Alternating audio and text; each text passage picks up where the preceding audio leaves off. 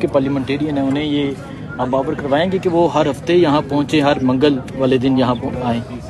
دیکھیں، اگر فرض کریں اڈیالہ جیل سے پریشر بہت بنتا ہے تو تمام پارلیمنٹیرینز کو، صرف خیبر پختونخوا کے نہیں، تمام پاکستان کے جتنے بھی پارلیمنٹیرین ہیں ان کو آنا چاہیے اور یہاں پر بہنوں کا ساتھ دینا چاہیے.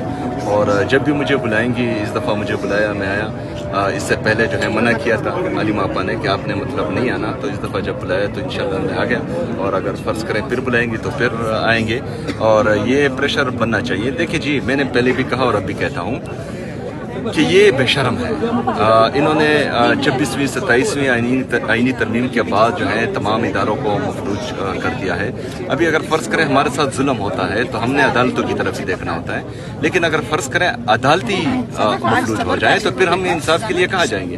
ہمارے پاس پھر ایک ہی راستہ بنتا ہے، اور اس راستے میں انہوں نے جو ہے کیونکہ ان کی امریت والے ذہن ہیں، اور انہوں نے 26 نومبر کو معصوم لوگوں پر گولیاں چلائی، انہوں نے مریدکے میں معصوم لوگوں پر گولیاں چلائی، پھر ایران کے معاملے میں جو ہے اسلام آباد میں گولیاں چلائی، اسکردو میں گولیاں چلائی، پھر کشمیر میں، کراچی میں، سب جگہوں پر انہوں نے گولیاں چلائی.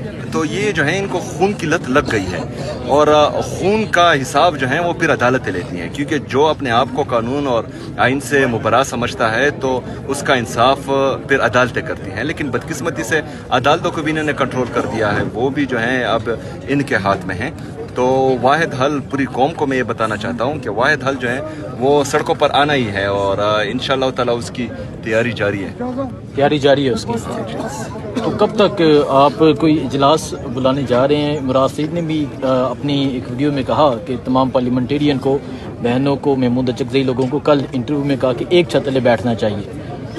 بالکل مراد بھائی کی یہ تجویز قابل غور ہے اور بہت بہترین ہے.